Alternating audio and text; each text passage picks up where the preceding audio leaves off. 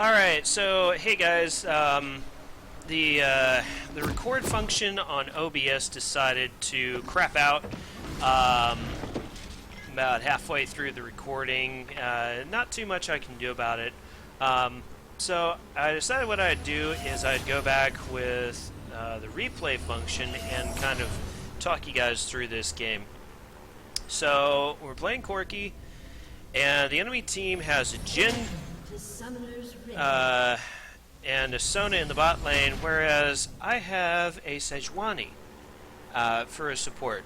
This is a little odd for two reasons. Number one, Sejuani drafted late. Saw that there was a Jin, saw that there was a Sona, and said, I'm going to pick Sejuani support. Very strange. Very strange. But kind of one of the reasons that people are in low rating is because they decide that they want to just break the meta and they'll pick whatever they want to. There's a reason why some things are meta and some things are not. If a person is very, very good with what they do, an off-meta pick is okay. Or if they're confident enough in their abilities, where they understand the champion that they're picking, then an off-meta pick is not a bad thing. So we get a leash here on the red for the Xin Zhao. And in the mid lane, it's a battle between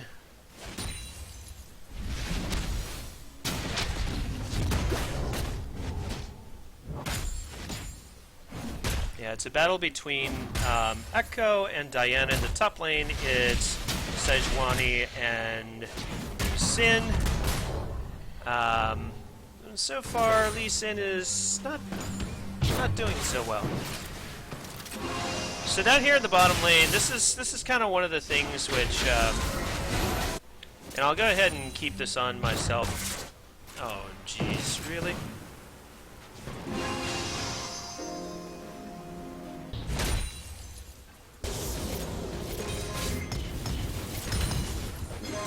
This is kind of one of the things which is really problematic with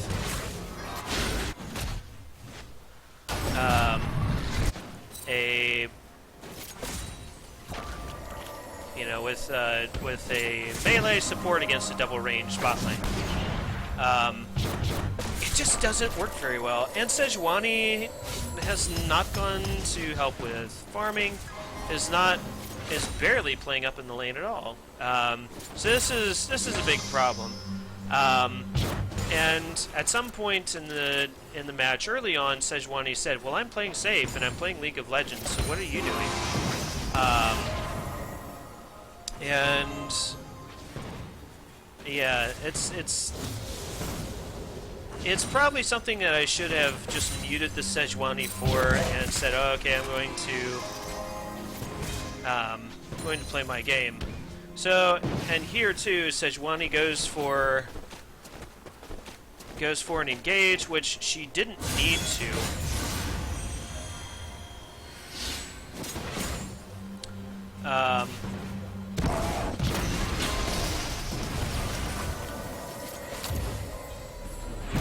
And this is really unfortunate too,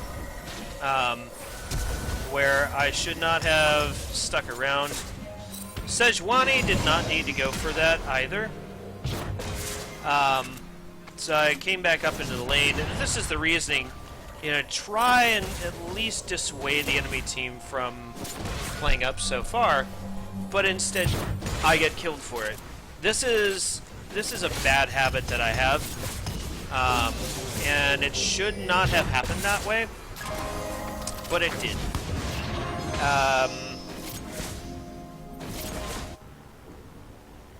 It happened, and there's kind of nothing really that I can do about that death.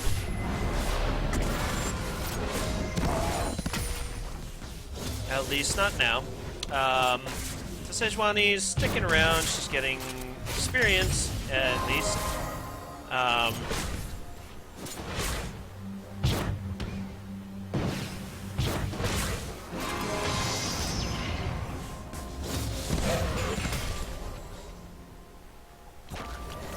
And so, okay, the lane's kind of back to normal. At this point, I'm not doing terribly bad, but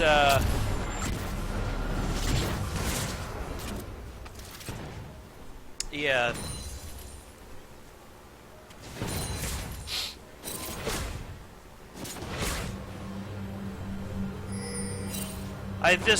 This enemy bot lane, they just have so much pressure. Because of the double range, and it's unfortunate for me, but it's kind of...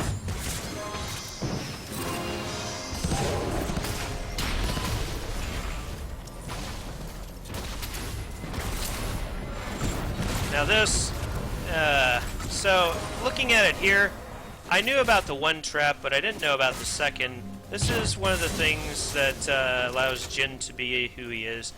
And at this point, I was pretty upset with myself, but the other thing too is that this whole matchup is it leaves both Sejuani and I at a huge disadvantage just because of the double range.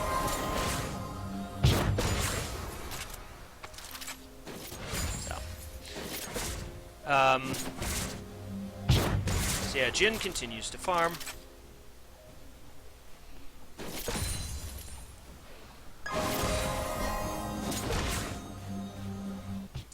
Now this is interesting because, as you can see, Xin Zhao is working on his red, but now here I come to guard against the Master Yi invade.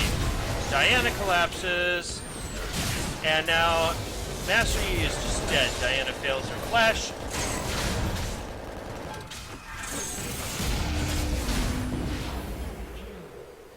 And then just doesn't have the damage output to take me down, even after they got our jungler, the Xin Zhao. And all of a sudden now, the lead that Jin had in this lane is gone.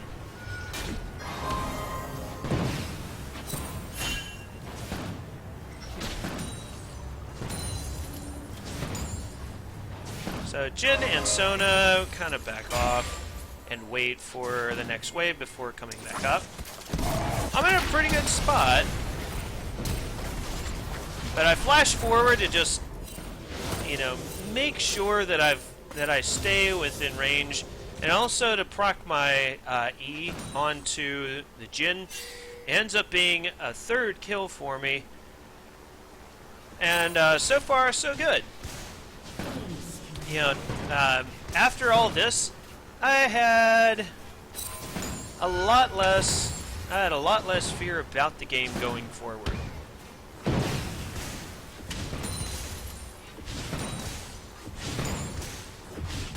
We get some damage onto the turret.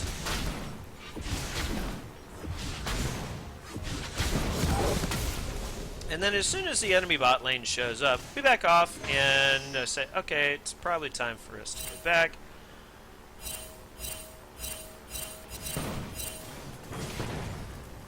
Soon, anyways. We decide to stick around for one more wave. Jin, Sona playing incredibly far back.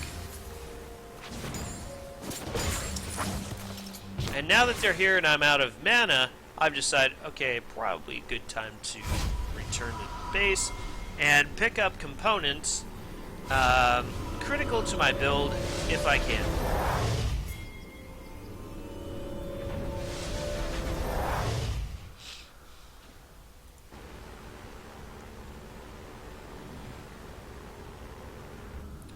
At this point, I've got a Sheen, I believe, and also I've got the components for the Phage and boots.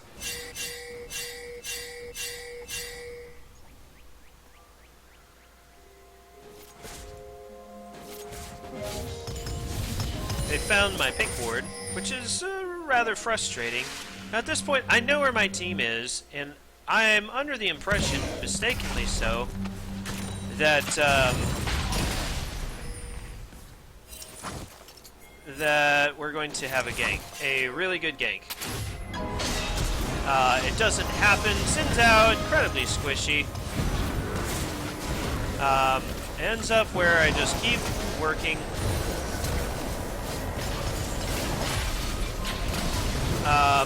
I do end up getting a kill, I believe. Perhaps not this one. Sejuani gets sniped out, and I dodged the other 3 shots at the ult. But not.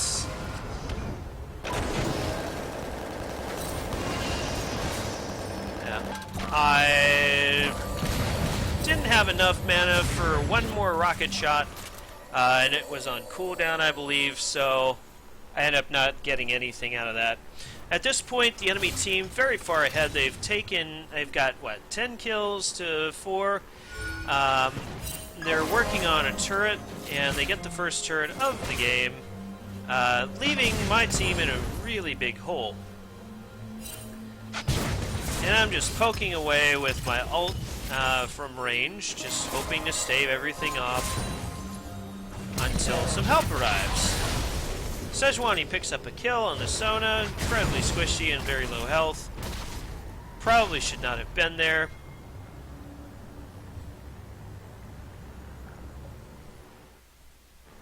But now this is kind of the problem about a support, especially a melee support, not having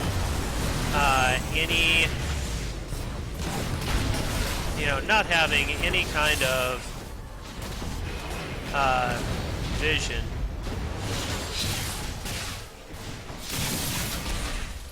Is that the map is just lit up with red wards.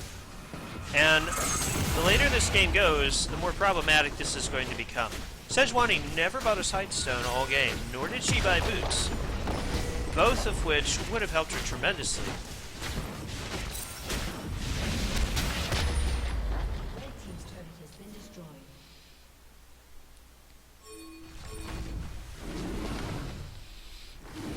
So we're kind of moving around.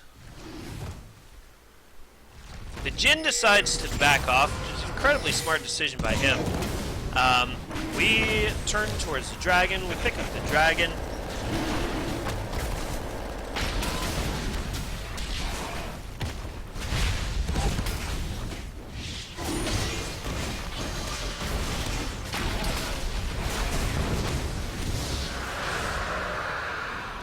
And right there is one of the biggest advantages towards having so many auto attack based champions, is that a team can take down objectives very, very easily.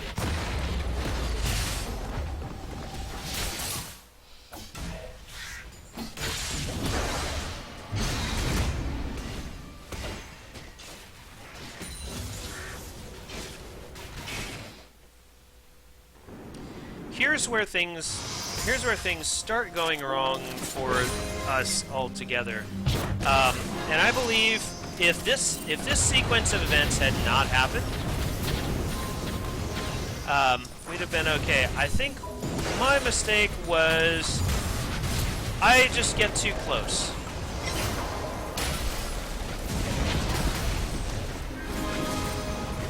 I get too close. Sejuani hits me with the ult, and look at that. Loads of damage. The other thing is, there's 4 people here. 4 people here, and I had understood it was kind of a 2v3, which was not a problem. But now there's 5 people from the red team on the bottom side of the map.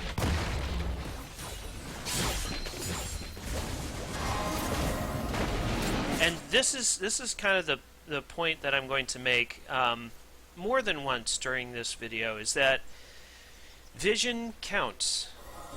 It really does. When a team has vision or doesn't have vision, that sets up so many different things, such as cross-map plays, it sets up ganks, it sets up 4-man dives, 5-man dives, and so on. Yeah.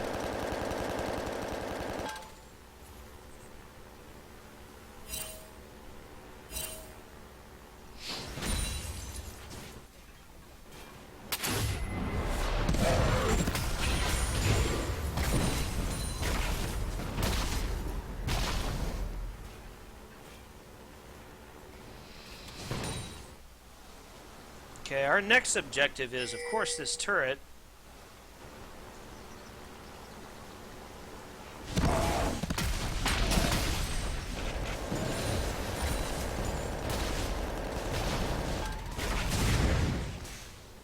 But we back off in large part because we have no idea where the rest of their team is. And this is another problem. Being unable to make plays because there's no vision is, well, it's just a problem.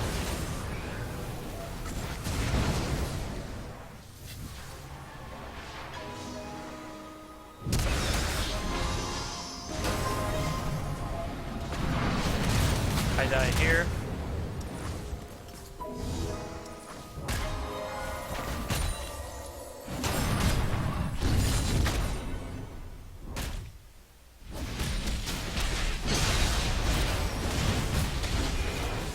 Shutdown goes over to the Lee Sin, which is pretty big for him.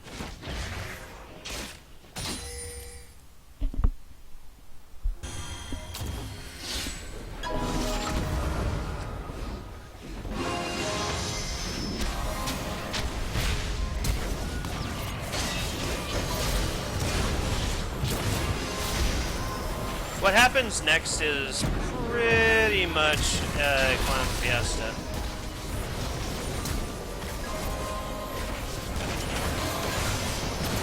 That probably should not have been in the middle of this.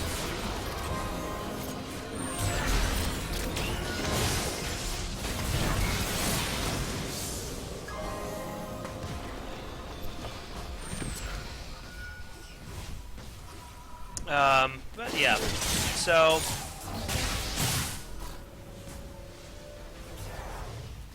and while all this is going on, Diana is shoving down the mid lane turret.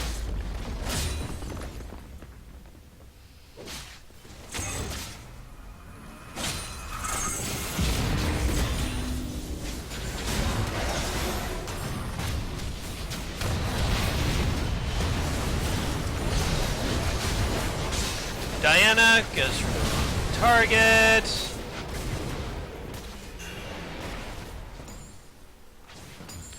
For me, this was kind of one of the strangest parts about playing this matchup, was that plenty of times for me, the opposing team focused the wrong target, and I was free to just do damage at the backline. I don't know that Xin really bought any defensive stats all game. Which that was usually a pretty big problem.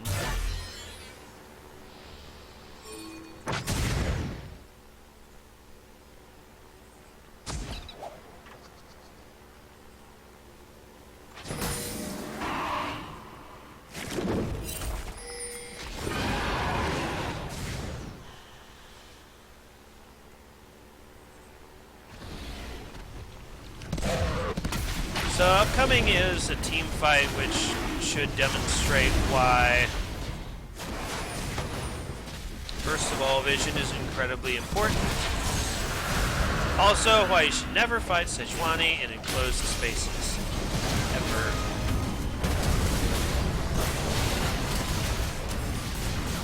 I just get melted.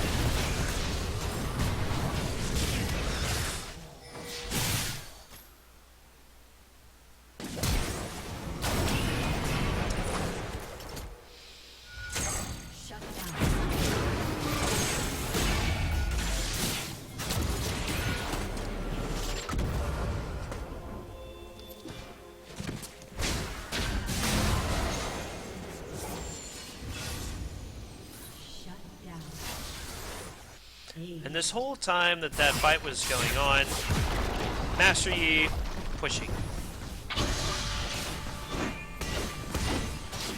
So, yep. Sejuani had to have a lot of things go right for her. In this matchup, she was against Lee Sin, which is a matchup that usually favors her if she can land her E, and I believe that she did on numerous occasions. Sona gets caught out here. Diana makes the right decision to just walk away.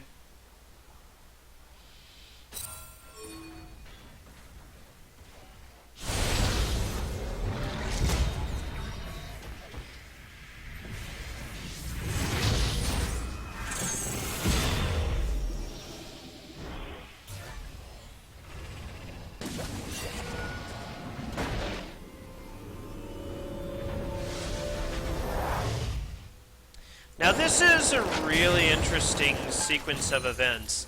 Not necessarily because I died at the end, spoiler alert, but because Jin underestimates my damage output.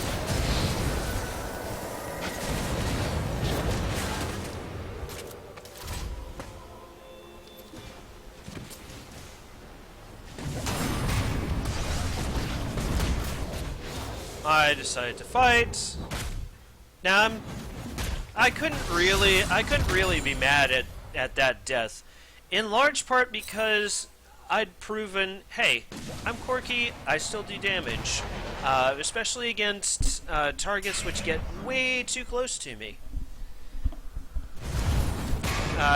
Jin's output of damage is considerable, but he needs time to do it. But when a burst AD carry like Corki gets onto a Jin tends to die pretty quickly.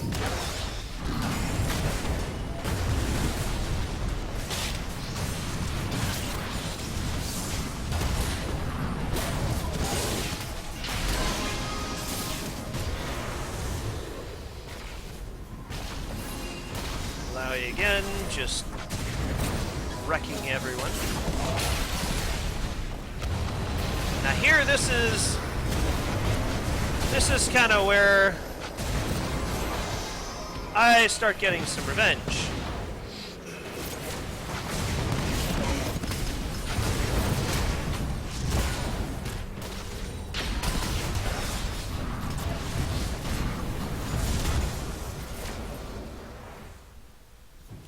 But they take us all down eventually. At this point, they're incredibly strong. Xin Zhao decides to go for it. He gets the shutdown, but then is killed by Jin. Meanwhile, Master Yi continues to split push in the top lane, and this is kind of the story all game. We didn't really see Master Yi very often, unless he was off in a side lane far, far away. But it was effective.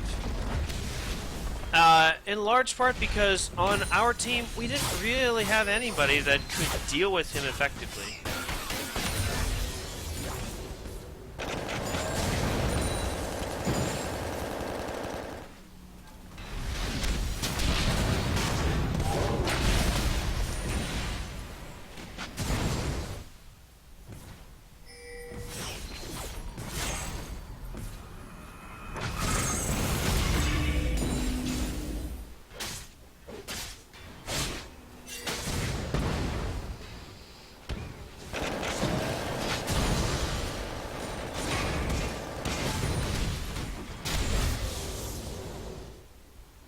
We shoved Diana away.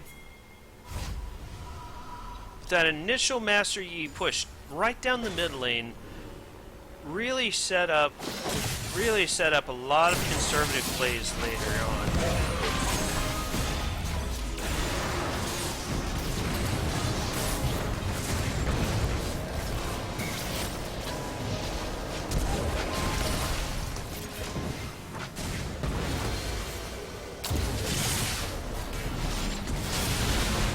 That ends up being pretty good for us. We get, I think it is 3 kills out of this whole thing? Maybe not quite. No. Okay. So we get 2 kills out of that whole engage. But the biggest problem is we're all incredibly low. I have hardly any mana to follow up on Sejuani's engage. Echo's doing his best to clear the wave.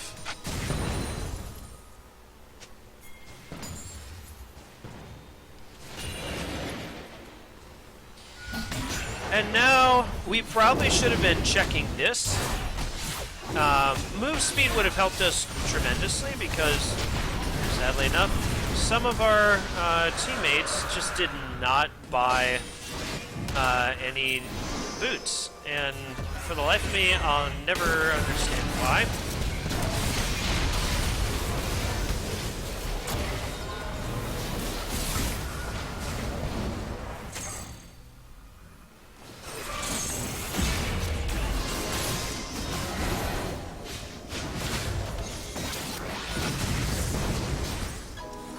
I'm still not entirely sure how Echo manages to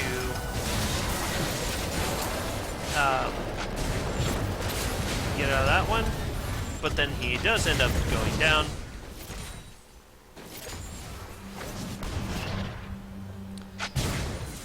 For the most part in these fights, and this is incredibly strange, the enemy team just didn't really seem to want to focus on me.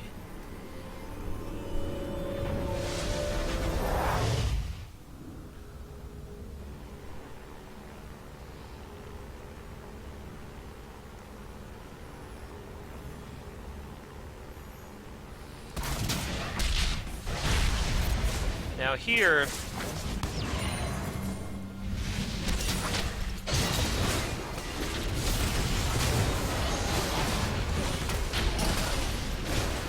Jin overstayed, he missed a skill shot, and that ends up being the death of him.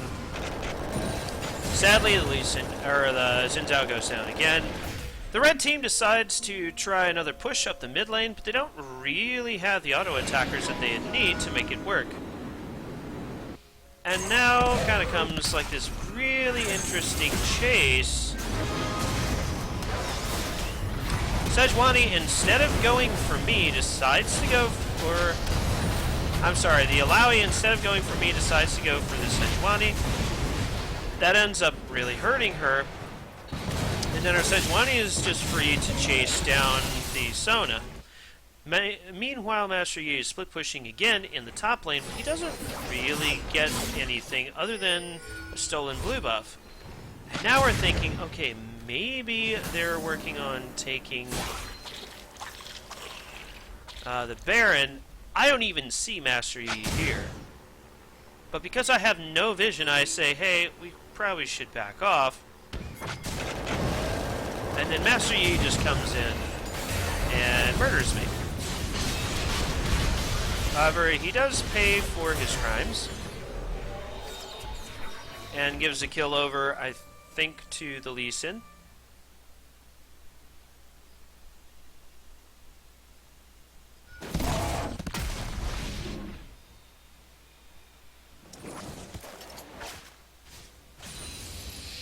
So now there's a push going on in the mid lane.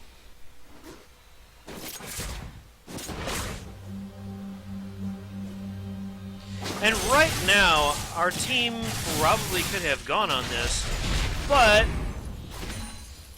there's just no vision. We have no idea where the enemy team is, so we don't engage.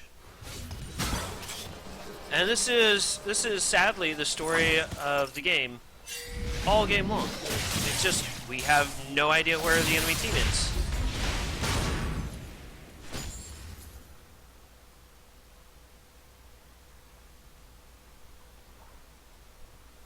One thing I'm noticing with this replay is that I'm spending an awful long time in the base, and that's going to be really problematic.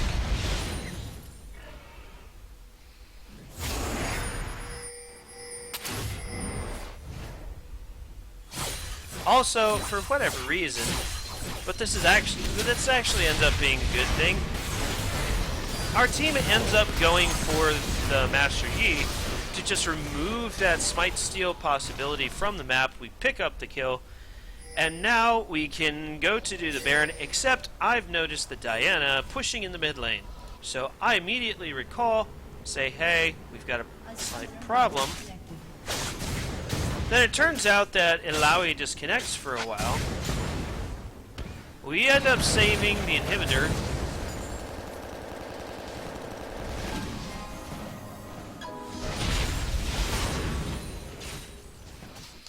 And then we decide, okay, maybe it's a good idea to head for the Baron. We'll pick up a couple of camps. We try and establish a little bit of vision.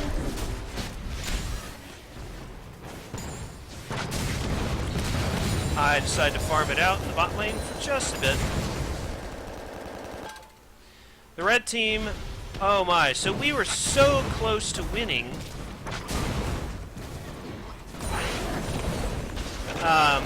And we had no idea, because at one point the red team said, hey, let's surrender, Illaoi's not here. Let's just give up. And then the rest of the team said, no, let's give them some time. We can probably win, we just have to work together.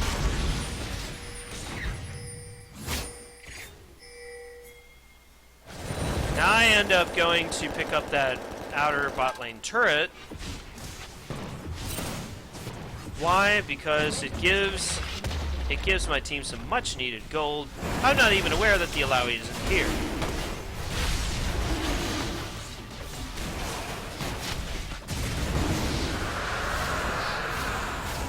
So now we pick up our second ocean dragon. Now this is turning out to be pretty good because we prioritized the dragon so much that we're getting meaningful bonuses now. The red team denied the Cloud Drake from us, which was actually really good for them and really bad for us. But at this point in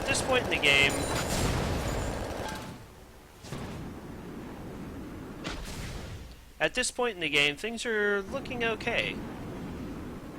And we keep thinking, man, maybe they're doing the Baron, maybe they're setting up for it, we don't know where they are, maybe they're just farming, we're not seeing things.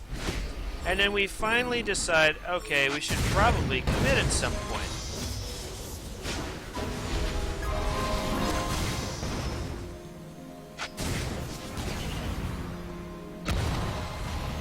I see the Master Yi coming a bit close. I say, maybe I should back out. I do a little bit of cheesery.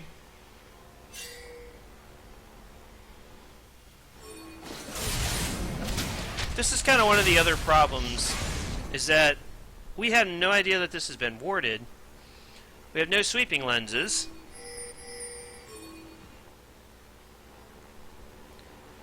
And now here comes the Master Yi with the push. Xin Zhao and I are there. We pick up the kill. Split push threat ended. We also pick up a kill on the Jin.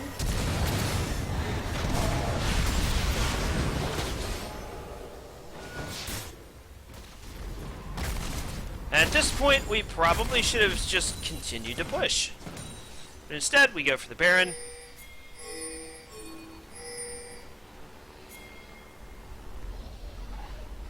Which is not a bad idea, because we know that they're dead. And that we have probably some of the best Baron taking champions in the game.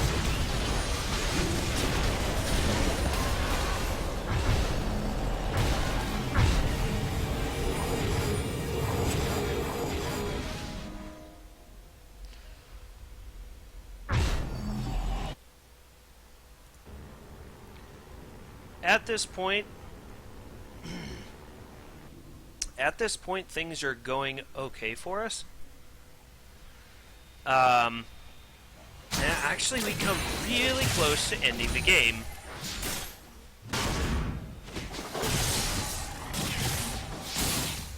as you'll see here in a little bit.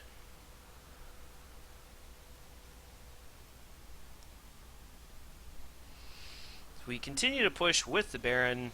I'm off farming in the bot lane when I probably shouldn't be.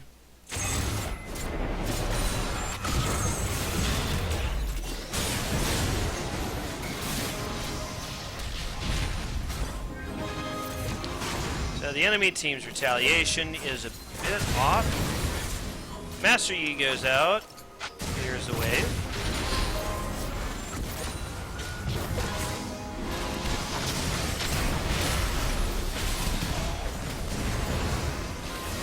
But now this is where life starts getting really interesting.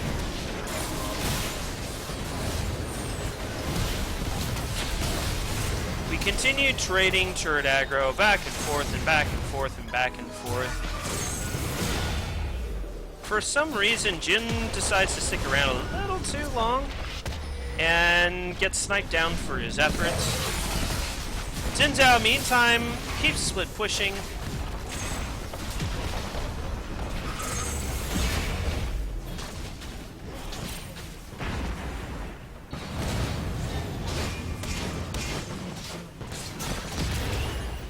We pick up the inhibitor.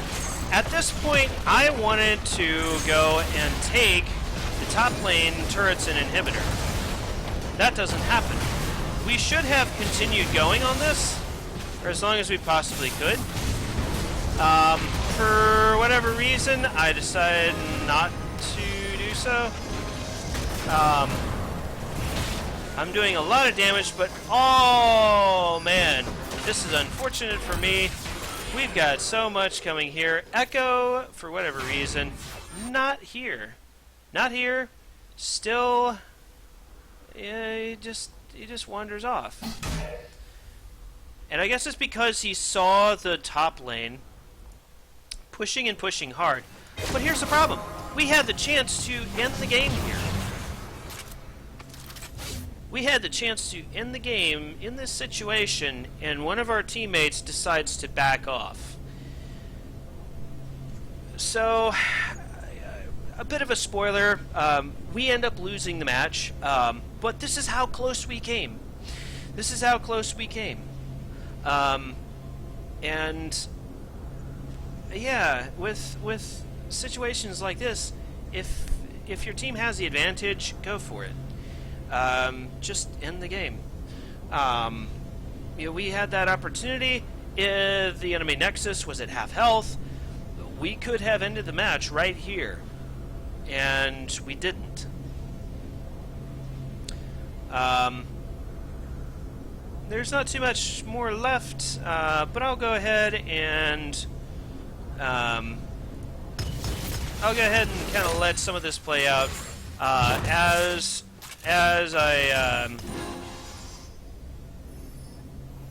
I just kind of finish it out. So, a couple of things here to learn. First of all, as in the Zyra episode, I told you folks at home that vision is incredibly important, and that's why most supports build sight stones. The other thing that's important is, understanding why the meta is what it is, and adjusting your playstyle accordingly. If a person wants to play Sejuani support, by all means, do so. That's fine. Just don't do it in ranked if you're not very good with it. This Sejuani happened to be okay with it, but she did die quite a lot. And that ended up actually costing us in a number of situations. In part because of her item choices. We never had vision. We never had vision of the map. We also never grouped as 5 in the top lane. That was really sad. This is like my last great moment. Right here, I think. Where Jin decides to try and execute me.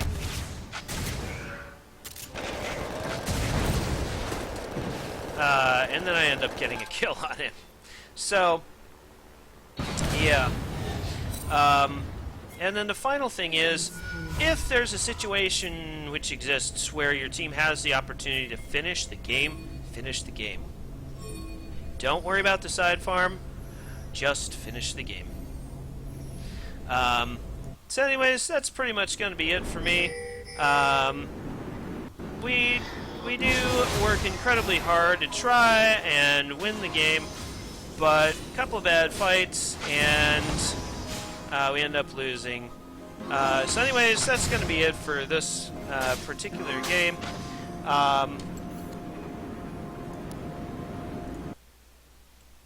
You know, and that's sadly one of the problems that I think a lot of people face in ranked is that there's not enough of a killer instinct.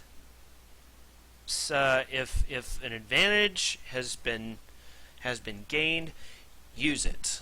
And League of Legends is a snowball match, and I think a lot of people they just kind of let that float away. So anyways, thank you guys so much for watching. We will catch you guys next time. Like, comment, subscribe, and just let me know what you thought, and we'll catch you next time. See ya.